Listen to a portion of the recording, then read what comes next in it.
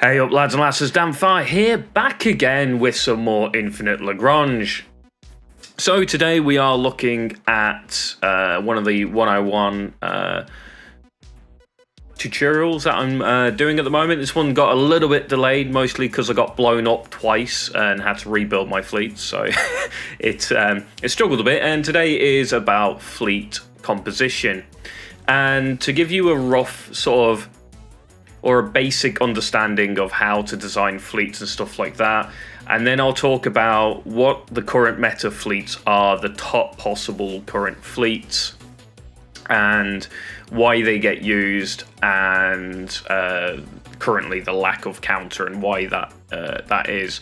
So generally, as this is for newer players, the first part talking about the basic of fleet design and stuff like that, will help you guys out because you won't have the blueprints for the meta fleets, but the meta fleets will show off what is, the potential of the current fleet system and the current ships, as well as give you, something to aim for a little bit, so you know what ships to look for and stuff like that to help you guys out a little bit. So we're going to jump into blueprints a bit, and I want to talk about the sort of archetype of ships, and there is really 4 archetypes.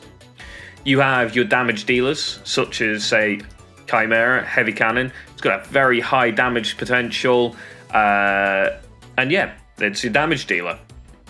You have your tanks, which are the likes of say Carillion Special. So if I have a look here, we have a look at the special type. I've got this one maxed. So it doesn't look like it's got much tank at only 10k HP and only 5 armor, but if we have a look at the information jamming system, we're getting 20% evasion. Look at the upgrades as well. We've got a strategy that increases invasion by 90%. We have reduced the chance of direct fire by 15%. And it goes on and on with warning systems, reducing chance of being hit. And again, you can mod that for even more evasion. So this is the evasion tank of the game. It will just basically dodge absolutely absurd amounts of damage. And currently the Carillion is the most survivable ship in the game. With maybe a shout out there to the Spear.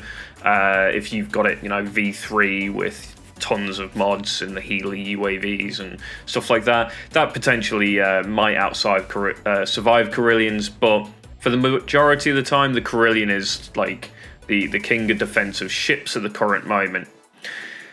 You then have more sort of defensive ships. In this case, I'll show off the defensive Ruby.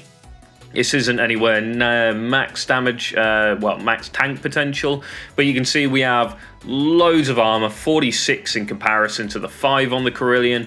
This doesn't have much of a dodge chance. It is just going to take all the hits.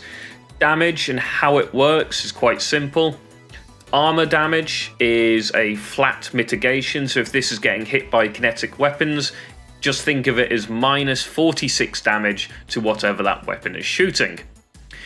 You then have energy resistance, and that's a percentage, so you're reducing the damage by the percentage. In the case of the Carillion, I believe...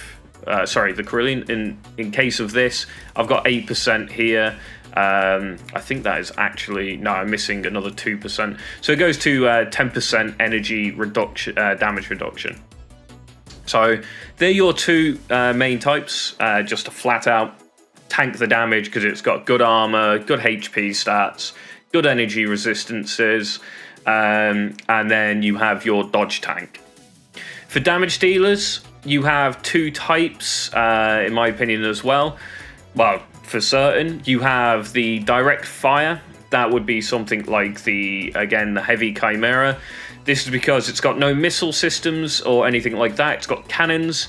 Cannons, ion, and plasma all count as direct fire. I don't think I'm missing any there.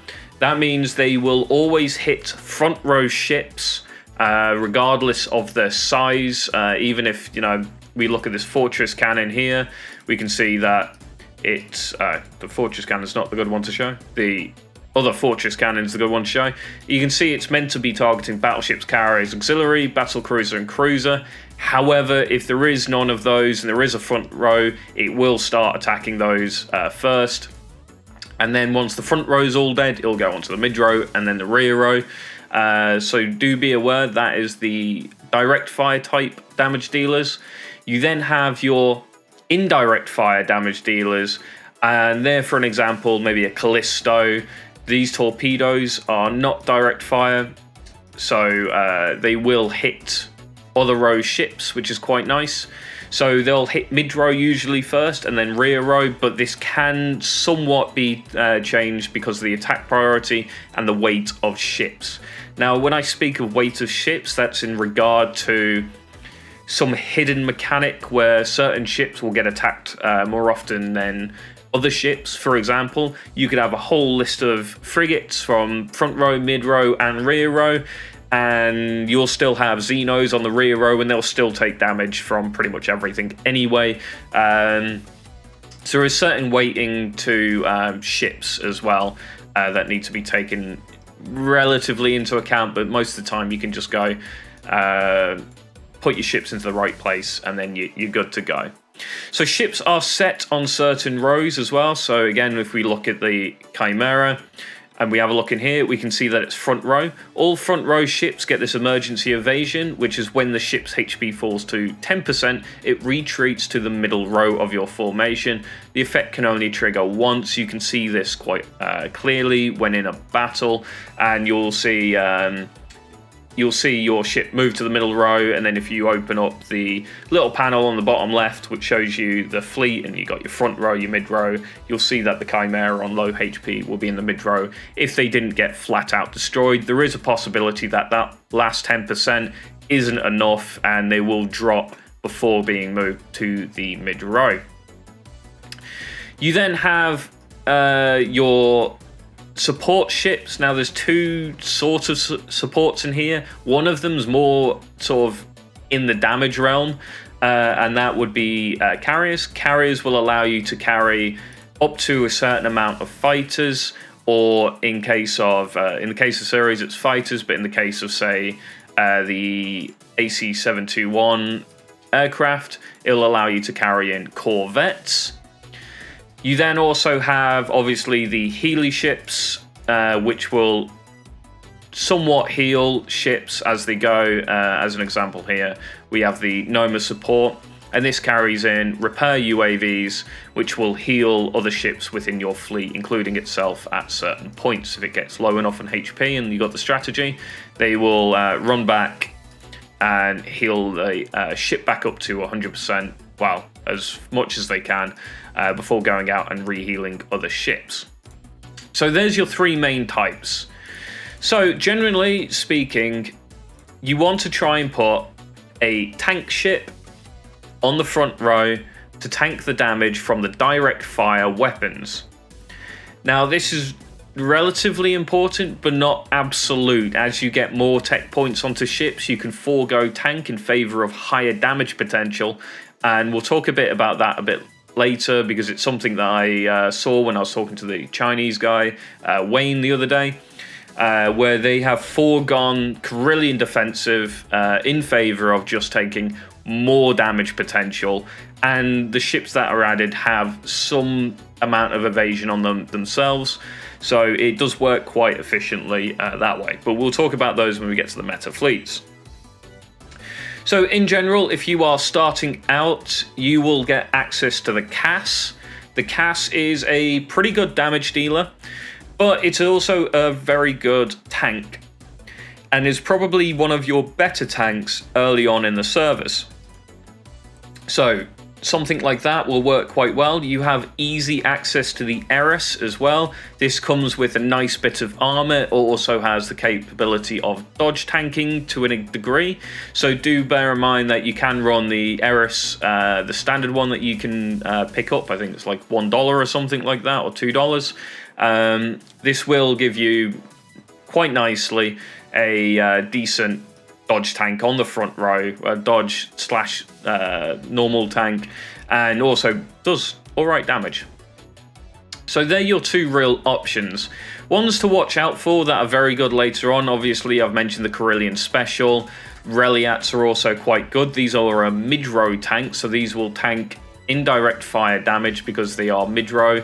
They'll take the missiles and stuff to the face, but they have a decent dodge chance, so they can sort of somewhat mid-row tank. The other mid-row tank is the Chimera, defensive. I don't personally recommend them for the CP cost or any of the cruisers. Something I do want to note as well quickly.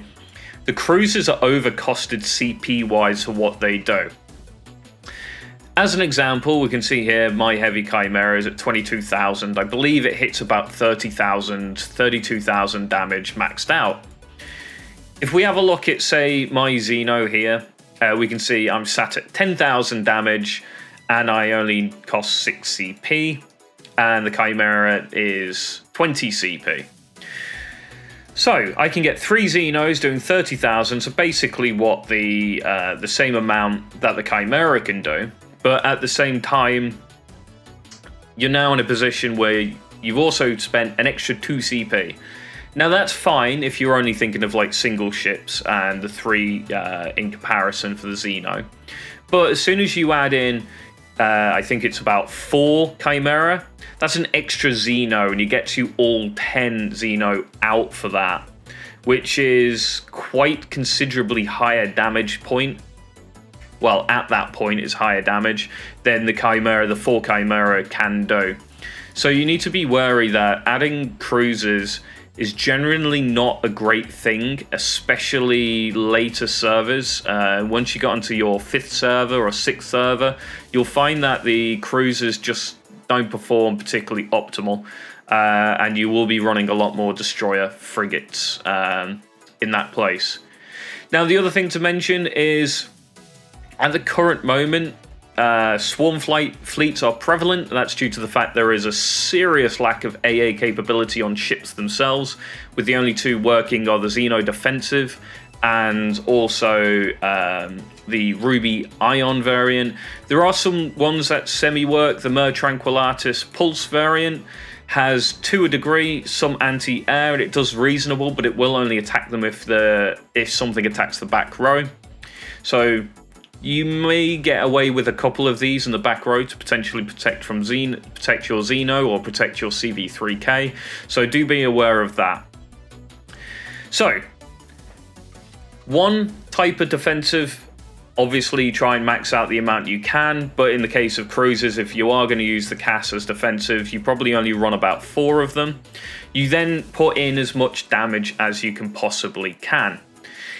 Most of the time, if you have got decent fighters and corvettes, so Nebula Chaser Pulse, Cellular Defender, CVT 800s, you want to run corvette carriers, more so than direct or indirect fire damage dealers, and that would be the likes of a Mer Serenatus, which is an indirect fire. Ruby Ion is a direct fire. So if you have good fighters, generally try and run carriers.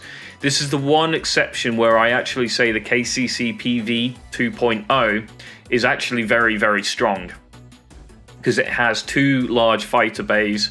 Its movement speed, when upgraded, is 850 roughly, so it's very fast moving on the cruise, and it fits well into the frigate destroyer archetype because of that movement speed, and allows you to carry in the likes of Vetus Bs, which are very strong fighters. Other fighters to note: Spores are pretty good, Stingrays pretty good, Strixers are doing like pretty decent damage at the current moment, and on top of that you have the one that I don't currently have, which is the Mistral, which is your best anti-air.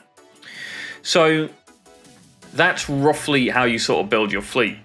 You take a defensive type or defensive / damage dealer if you can. You then add in as much damage dealers as you possibly can, and then add in as many carriers as you possibly can. And this allows for the most possible damage output from fleets at the current moment. There is an exception to the rule, but we'll get into that a bit later on. Now, to show off a fleet example, I have a fleet here called Leviathan. This is probably the highest damage fleet I can potentially put out myself at the current moment that has reasonable amount of tank and reasonable amount of damage mitigation. So if we look here at our front row, obviously ignore the fact that it's just full of Corvettes at the current moment, but we have the Taurus Pulse on the front row, and we also have the Eris Heavy Cannon. Both of these have okay armor, okay HP, but both have a reasonable amount of dodge. They also both bring very good damage. So even the Heavy Cannon Eris, which is, you know, bit of an issue hitting things, it still does pretty good damage, especially if they are running things like cruisers, because it melts through them. Taurus Pulse, also very good in this role, like I mentioned, has good dodge, has good tank, has okay HP as well, but it's also bringing really good pulse.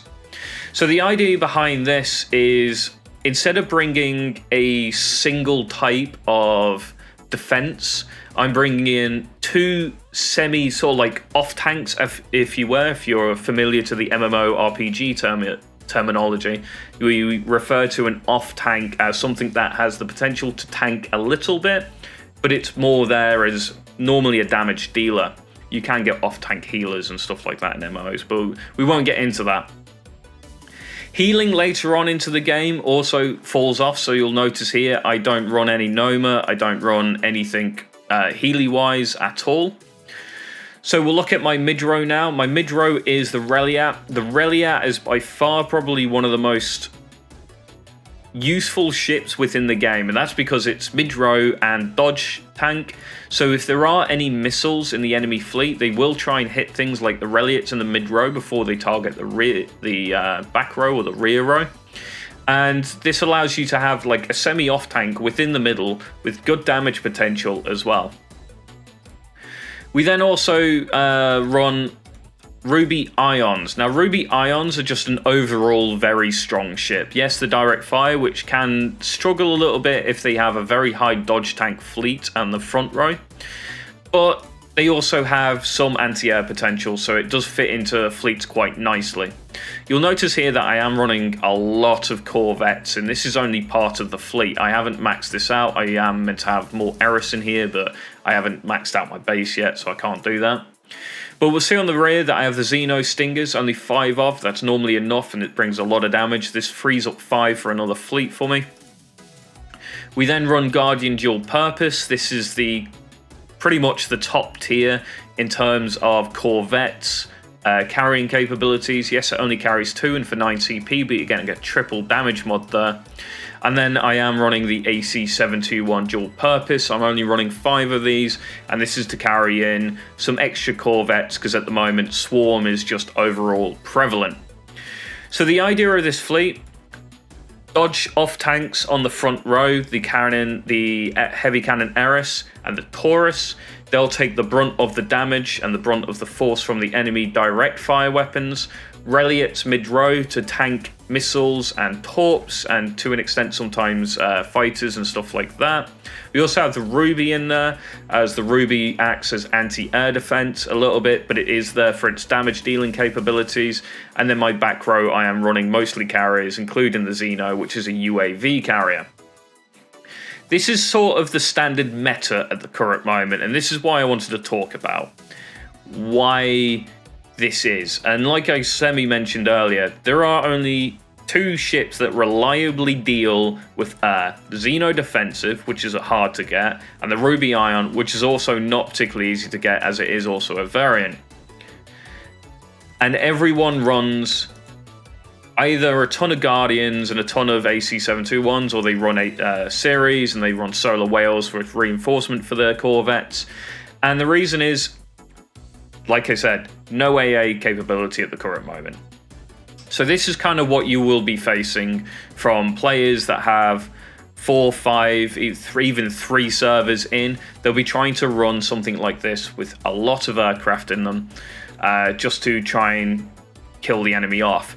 The problem is, because everyone's running this type of fleet and there is no AA, you have to run this type of fleet yourself. And that leads me to fleet design basically revolves around one thing at the moment: how many aircraft you've got, or 2 things, and 2 is how many can you put into a fleet? Just do that, then add stuff in front of them and hope that stuff doesn't die quick enough that they get back to hitting your actual carriers. Basically fleet design at the current moment. So new players, don't worry too much. Run something that you can run. If you don't have the capacity to run something like this, do run things like the Cass out in front. It is a great tank. Run pretty much as the highest damage dealing ships you have. Hopefully you've picked up a few boxes. You probably will have things like Winged Hussar, because you get that from the 799 box, and I've recommended grabbing those previously because it contains the Mare S, which is a great little damage dealer. It contains the Winged Hussar, which isn't a bad damage dealer either. And so yeah, that's generally what you want to be trying to do at the start of the game, and then trying to get these type of ships so you can run fleets like this. Reinforcements also really important here.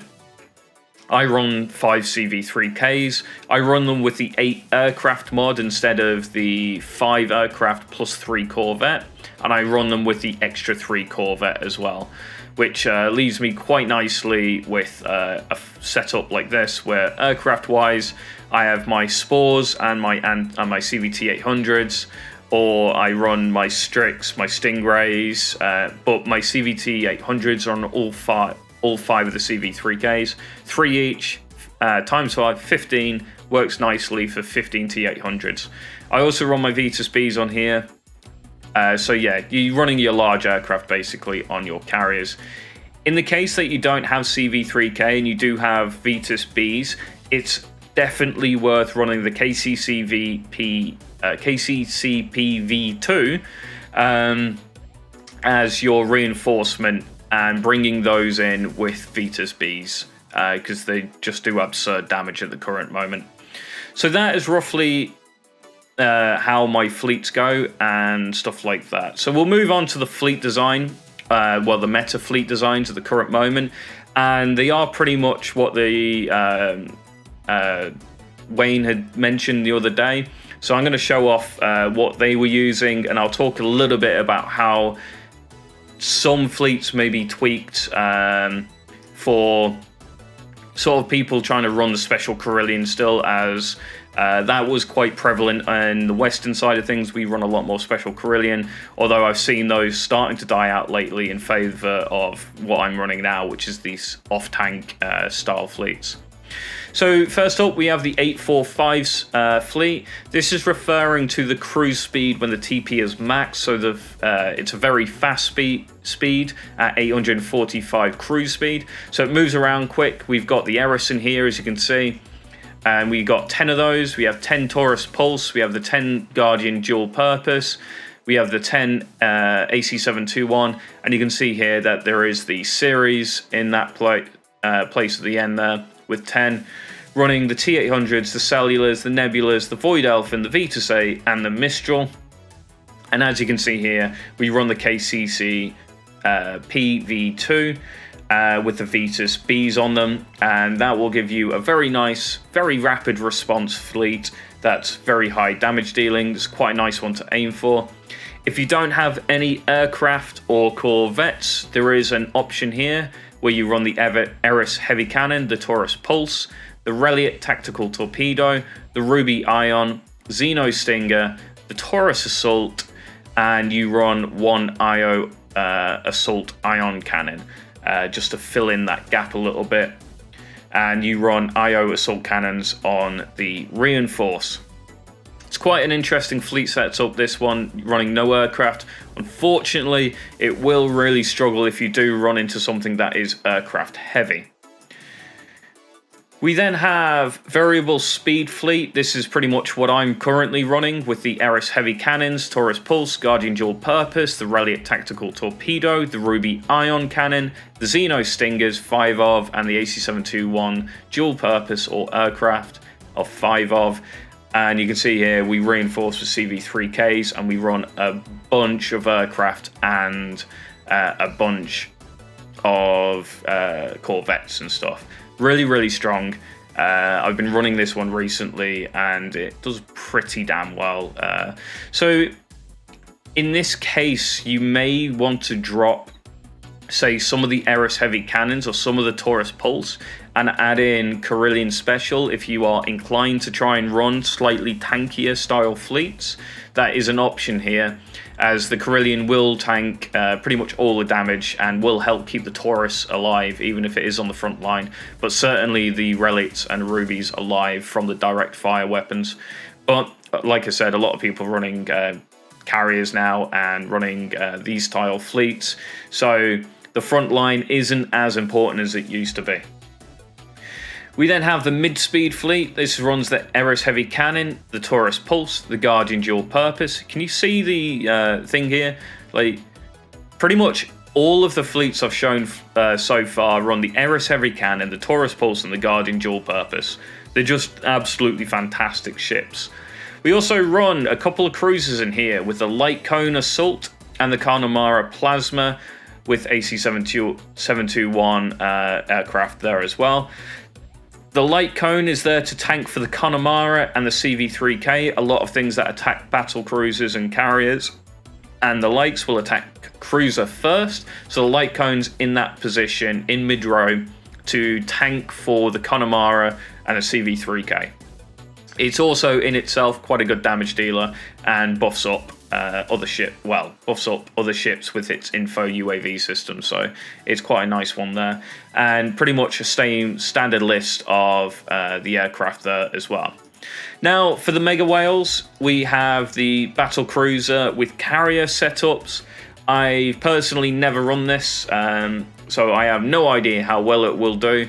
But this would be if you have V3 Constantines and V3 Spears and the likes, which is miles away from what I'm capable of.